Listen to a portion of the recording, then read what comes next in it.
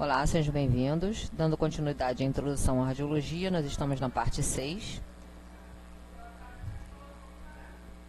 Então, a gente faz uma revisão sobre essa situação do histórico, né, da radiologia. E em 96, o uso do raio-x para diagnóstico e pesquisa ainda era realizado sem os cuidados adequados. E aí foram percebidos efeitos imediatos dessa exposição, que era o eritema, irritação da pele, né, inflamação das células, a alopécia, que é a perda de cabelo, normalmente na região do antebraço, na região do tórax, a anemia, tá?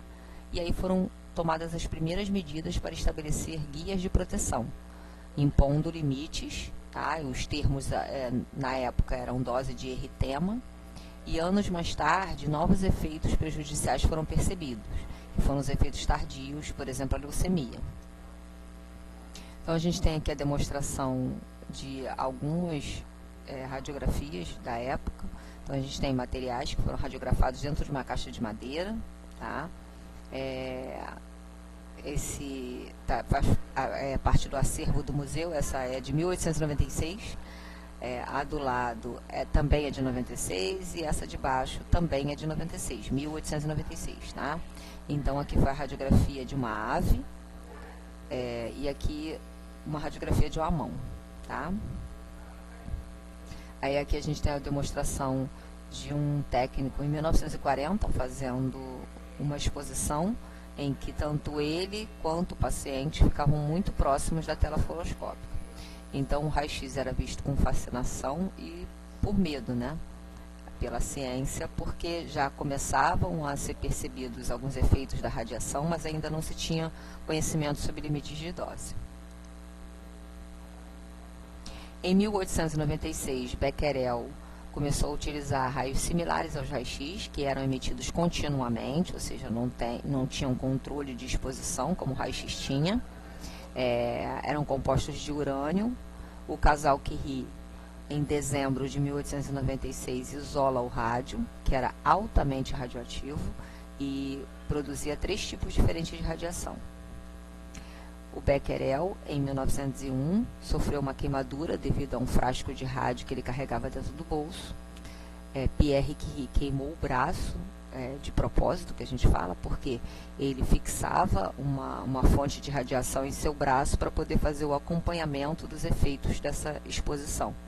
Então, ele queimou o tecido, as células do tecido aonde estava essa fonte de radiação causaram uma queimadura, ou seja, necrose do tecido, morte celular, mas foi de propósito, porque ele queria estudar quais eram os efeitos dessa fonte de radiação.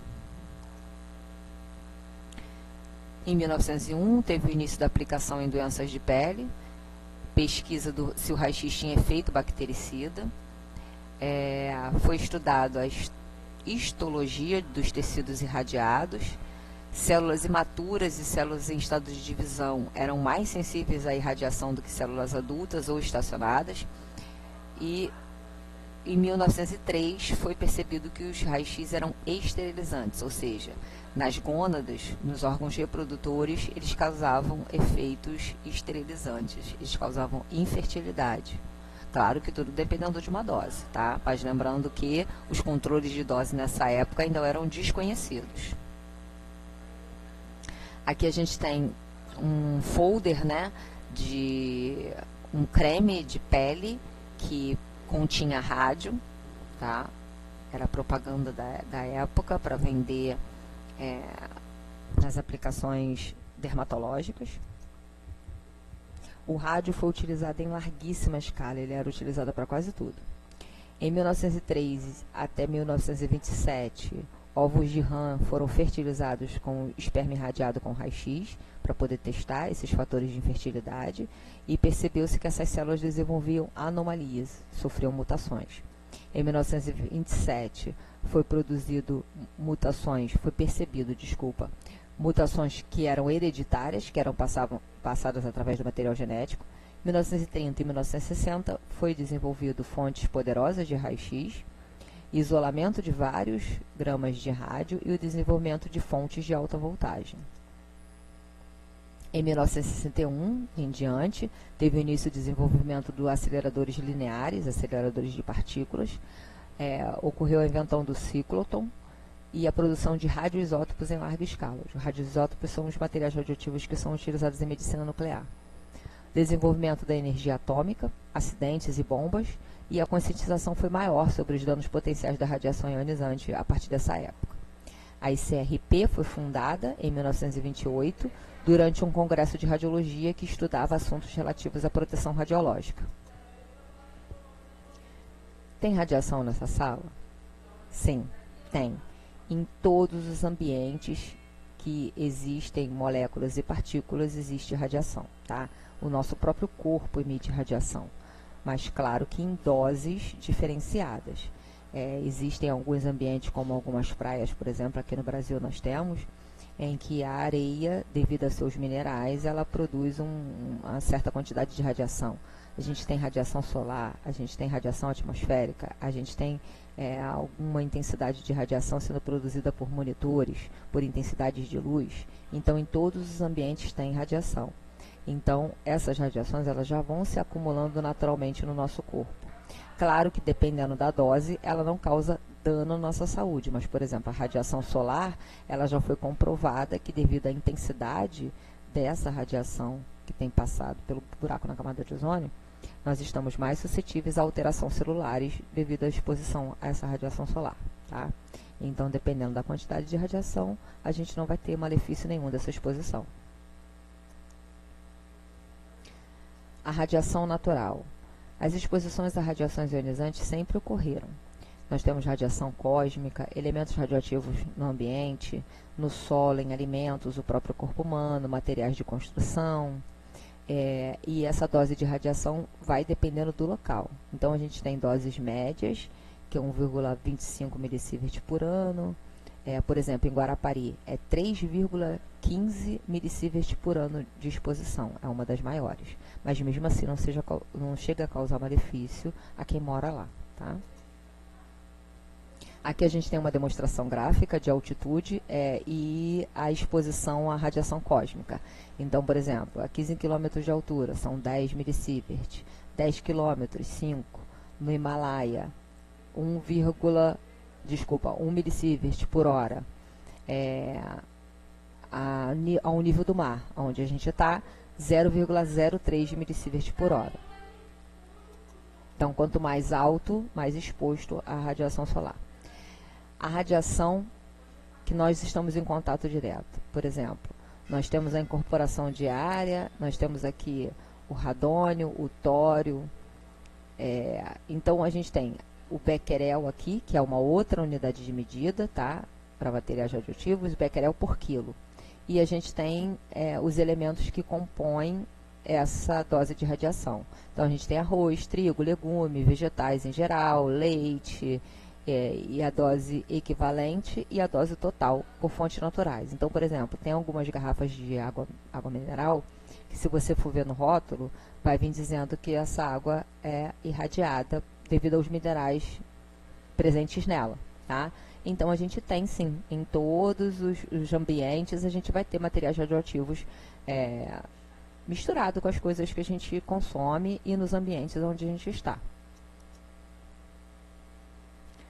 A gente tem a radiação produzida pelo homem, ambiental, através de armas radioativos, produtos de consumo, procedimentos médicos, que balanceia o risco-benefício, odontologia, veterinária e assim por diante, e a ocupacional, através do trabalho com radionuclídeos, aparelhos de raio-x, aceleradores de partículas, reatores nucleares, medicina nuclear, radioterapia, tomografia e por aí vai.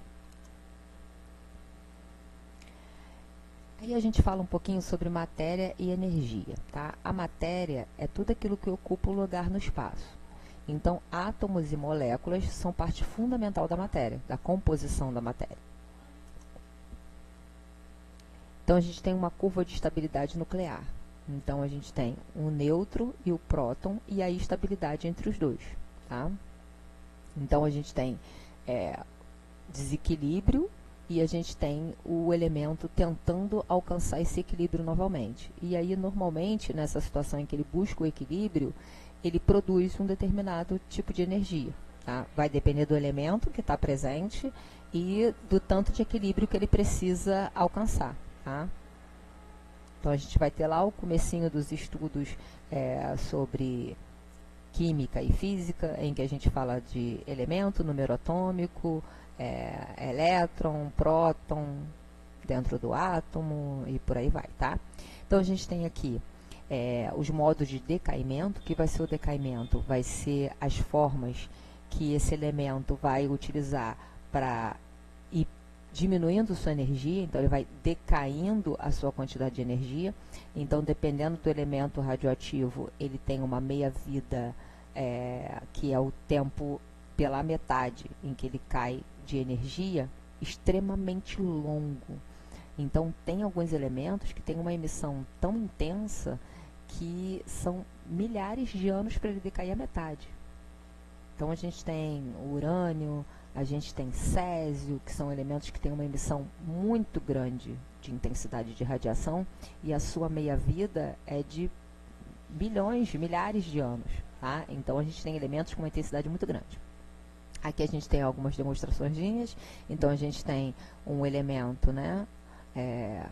Um elemento que não está estável, um elemento radioativo, e aí quando ele busca a estabilidade, ele emite essas energias para tentar se equilibrar. Então, ele tem a emissão alfa, que emite 2 nêutrons e 2 prótons, pode capturar um elétron, pode produzir um pósitron, que é a energia beta negativa, pode produzir radiação gama, pode produzir radiação beta negativa. Então, vai depender do que ele precisa fazer para alcançar a estabilidade. A produção de energia vai ser equivalente ao que ele precisa fazer para se equilibrar. Aqui a gente tem a demonstração de uma curva de decaimento, tá? Então, a gente tem pretinho os átomos radioativos e branquinhos estáveis. Então, ele está todo radioativo, ele vai buscando a estabilidade e vai diminuindo a intensidade radioativa conforme busca esse equilíbrio, tá? Ele vai decaindo, ele vai diminuindo progressivamente a sua energia. Aqui a gente tem a demonstração do espectro eletromagnético, tá? Então, quando a gente fala de energia eletromagnética, a gente tem ondas de emissão. Essas ondas têm um comprimento, tem uma curva alta, subida, baixa, descida, uma ondinha mesmo, tá? É uma frequência de propagação. Então, por exemplo, a gente tem os raios-x, que tem um comprimento de onda específico, a gente tem o laser, a gente tem o ultrassom, a gente tem a luz visível, a gente tem ondas de rádio, a gente tem diversas energias eletromagnéticas, tá? E cada uma delas tem um comprimento de onda diferente. Esse comprimento de onda, ele determina o poder de penetração dessa energia. Então, quando a gente tem uma energia com um comprimento de onda específico, por exemplo, o raio-x, ele vai ultrapassar a parede de concreto, ele vai ultrapassar o corpo humano até a distância que ele decai de energia, tá? Então, a distância que o raio-x tem o seu decaimento é a partir de 2,5 metros a 3 metros. Tudo que tiver no meio do caminho dele e não for de um material que impossibilita a passagem dessa onda, vai ser atravessado. Então, se tiver uma parede de concreto que não tem chumbo, não vai passar toda a energia, que parte dela vai ser absorvida pelos átomos desse material, mas alguma parte vai passar, a não ser que seja de chumbo, porque o chumbo tem um número atômico que faz com que as suas moléculas absorvam essa radiação e não deixem essa onda passar, tá? Então, tem energia que é barrada por uma folha de papel, tem energia que é barrada por um copo d'água, tem energia que apenas a espessura da mão humana é suficiente para barrar, e tem energias que precisam de uma parede de chumbo de uma espessura específica para não passar. E o raio-x, o chumbo, numa determinada gramatura, é barrado tranquilamente, e tem a distância de decaimento também, dependendo da intensidade, que é além do comprimento de onda dessa energia, a intensidade dessa radiação, ela vai ou não se propagar por um período maior ou menor. Aqui a gente tem uma demonstração de ionização, tá? Então, a partícula incidente, ela entra em contato com o elétron do material do alvo, ocorre a ionização, então ele pode ejetar esse elétron, ele pode direcionar esse elétron para outra camada, ou ele pode jogar esse elétron nas camadas mais superficiais para fora do átomo, e as camadas mais internas substituírem esse elétron, e ocorre a ionização, que vai produzir tipos diferentes de energia para que esse átomo fique equilibrado, com a mesma quantidade de carga negativa que tem de carga positiva. Então, a mesma quantidade de prótons e elétrons para estar equilibrado. Tá? E aqui tem uma demonstraçãozinha da molécula da água, em que a gente tem uma partícula de hidrogênio de um lado, outra partícula de hidrogênio do outro, porque ela é H2O. E aqui a gente tem o oxigênio. Então, a gente tem um próton aqui, 8 prótons e 8 nêutrons. Tá? Então, a gente tem HH e o O, do oxigênio. Tá? Hidrogênio e oxigênio, composição da água. 2 de hidrogênio e 1 de oxigênio.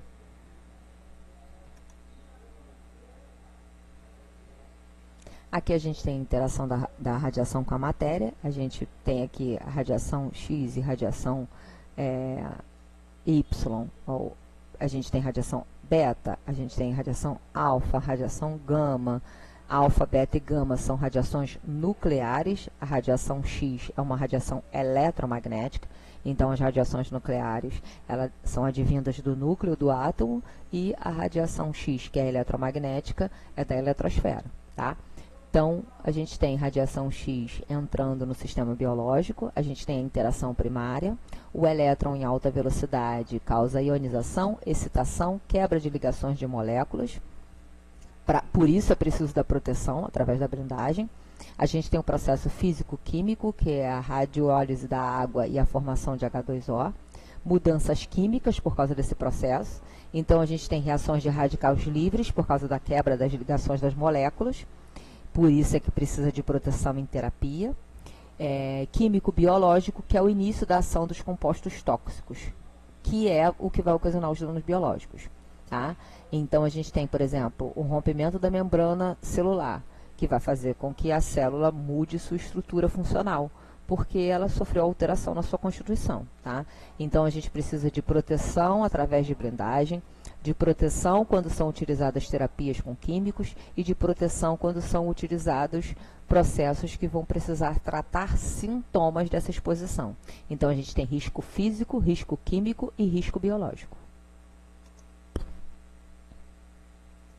Aí a gente tem grandezas e unidades que são utilizadas para falar de radiação, tá? Então, a gente tem dose equivalente, dose absorvida, intensidade da radiação, tempo de meia-vida. A gente tem diversos termos que a gente utiliza para falar de radiação. O DNA e o homem. O DNA é a molécula mais importante quando a gente fala de dano na radiação. Por quê? Se esse dano ocorre no DNA, que é a molécula mais importante, esse DNA sofre ação direta e indireta, a radiólise da água. Muda essa partícula, tá? Então, ela causa uma alteração na molécula de água e ela cria radicais livres. Então, ela cria coisas que vão causar malefícios ao corpo. E ela pode, dentro desse processo, causar a quebra da molécula do DNA. E aí ela causa alteração cromossomial, que, consequentemente, vai causar alteração celular. E, afetando o DNA da célula, esse efeito, esse dano, pode ser transpassado geneticamente, de pai para filho, de mãe para filho. Então, dentro dos efeitos da radiação, a gente pode ter, após a exposição, a ionização da molécula, e aí a molécula sofre uma alteração, e aí ela pode causar lesão química, tá, nessa célula. A célula pode se alterar e se recompor e se recuperar. Ela pode se alterar e morrer. Pode ocorrer a morte celular. Tá? Então, a célula pode receber um dano devido à exposição à radiação e se recuperar, e a célula pode não se recuperar. É bem semelhante ao que acontece quando a gente faz um processo de tratamento com radiação para o câncer. O objetivo é matar as células cancerígenas. Essas células, elas têm uma capacidade menor de regeneração,